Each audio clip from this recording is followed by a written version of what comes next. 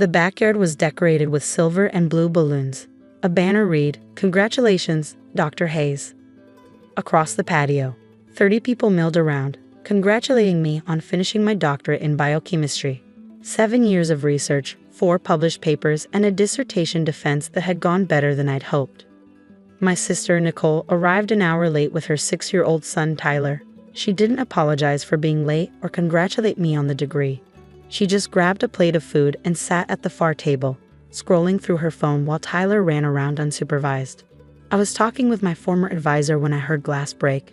Tyler had knocked over someone's wine glass while chasing another kid. Nicole glanced up, shrugged, and went back to her phone. I excused myself and cleaned up the mess, smiling at the guests and making light of it. Kids will be kids. 20 minutes later, I was standing near the gift table where I'd set my framed diploma, the official one from the university, embossed and sealed, representing 7 years of work. My advisor had just handed me a card when Tyler ran up, grabbed the diploma off the table, and before I could react, ripped it down the middle. The tearing sound cut through the conversation. People turned to stare. Tyler held up the torn pieces and shouted at full volume, "Mom says you're not smart. She says you just read books all day and waste money." The backyard went silent. Nicole walked over, looked at the destroyed diploma, and high-fived her son. Then she laughed. Not a nervous or embarrassed laugh, a genuine, amused one. "He's not wrong," she said loudly enough for everyone to hear. 7 years for a piece of paper. Must be nice to play student while the rest of us work real jobs. I stood there holding the torn pieces of my diploma. My hands didn't shake. My voice didn't rise. I just looked at my sister, at her smirking face, at her son who was mimicking her laughter. "Understood," I said quietly. I handed the pieces to my best friend, walked inside my house, and grabbed my laptop and phone. Then I got in my car and left my own graduation party. I drove to a coffee shop and sat in the corner booth. My phone buzzed with messages from concerned guests, but I ignored them. Instead, I opened my laptop and accessed my property management account. 3 years ago, I bought a small apartment building as an investment, 4 units. The property manager handled tenant screening, rent collection, and maintenance. I purchased it outright using money from research grants, teaching assistantships, and a small inheritance from my grandfather. Nicole lived in Unit 2B. She'd applied through the normal channels, and my property manager had approved her without knowing she was my sister. I'd kept the ownership private, operating through an LLC. Nicole paid $1,200 a month in rent, often 5 to 10 days late, sometimes with insufficient funds fees she'd complain about in family group texts. I pulled up her file. She was currently 8 days late on this month's rent. She had been late 17 times in the past 36 months. The lease clearly stated that habitual late payment constituted grounds for non-renewal or termination. I drafted an email to my property manager with specific instructions, attached documentation of the late payment pattern, and sent it. Then I called him directly. "Tom, this is Dr. Hayes. I need to discuss Unit 2B. The tenant was always late. What about her? I want to begin eviction proceedings based on the habitual late payment clause in the lease. Pull the documentation and file the notice first thing tomorrow morning." "Are you sure? That's a pretty aggressive move. Most landlords give more chances than we already have." "I'm sure. File it at 8 o'clock tomorrow morning. I want the notice served by 9. Your property, your call. I'll have our attorney draft it tonight." I hung up and sat in the coffee shop until it closed. Then I drove to a hotel and got a room. I didn't want to go home and face the aftermath of my ruined party. The next morning at 8:30, Tom texted me a photo, the eviction notice posted on Nicole's door. Official, legal, and undeniable. My phone started ringing at 8:45. Nicole's name flashed across the screen 14 times in a row. I let every call go to voicemail. The messages escalated from confused to angry to panicked about the eviction notice and the habitual late payment clause. At 10 o'clock, my mother called. "Nicole says she's being evicted. Do you know anything about this?" Why would I know anything about Nicole's housing situation? "She said the landlord is being unreasonable. Something about late payments. Can you help her? Maybe you could lend her money for a lawyer?" No. Just like that? She's your sister. She has a child. She's an adult with a lease agreement she violated repeatedly. That's between her and her landlord." Mom sighed. "You're still upset about yesterday. I know Tyler shouldn't have torn your diploma, But kids do things like that. Nicole said she didn't realize it was the real one. Tyler repeated exactly what Nicole told him, word for word. That I'm not smart, that I waste money, and Nicole rewarded him for it. She high-fived him, Mom, in front of 30 people at my graduation party. She was joking. You're too sensitive. I'm not sensitive. I'm just done. Nicole has her own problems to solve now. I'm not getting involved. I hung up. By noon, my phone had exploded with messages. Nicole had told the whole family about the eviction, painting herself as a victim. She posted in the family group chat asking if anyone knew a tenant rights lawyer. My brother sent me a private message. Can you believe Nicole's landlord? Evicting a single mom over being a few days late with rent? I didn't respond. At 2 o'clock, Tom called me. Your tenant requested a meeting with the property owner. She's claiming harassment and wants to negotiate. Set it up. Tomorrow at your office. 2 o'clock. You're coming in person? Yes. The next afternoon, I arrived at Tom's office at 1:45. He prepared a folder with Nicole's complete rental history, every late payment, every NSF fee, every warning notice she'd ignored or complained about. Nicole arrived at 2 o'clock sharp. She walked into the conference room where I was sitting next to Tom, and her face went from determined to confused to shocked in about 3 seconds. What are you doing here? She asked. I own the building, I said calmly. I'm the landlord. She stared at me. That's not possible. You're a student. You don't have money. I have a doctorate in biochemistry, 3 years of postdoctoral research income, teaching income, grant income, and an inheritance from Grandpa Hayes. I bought the building 3 years ago. You applied to rent Unit 2B through the normal channels. My property manager approved you without knowing our relationship. You've been my landlord this whole time? Yes. And you're evicting me? Yes. She looked at Tom, then back at me. Because I hurt your feelings about the diploma? This is insane. You can't evict someone because you're upset. I'm evicting you because you've been late with rent 17 times in 36 months. The lease clearly states that habitual late payment is grounds for termination. You've violated the lease repeatedly. This has nothing to do with feelings. I always pay, just sometimes a few days late. 8 to 12 days late, consistently, which incurs late fees, NSF fees, and creates administrative burden. You've also complained publicly in family texts about those fees that exist because you can't pay rent on time. Tom slid the folder across the table. This is your complete payment history, every late payment documented with dates and amounts.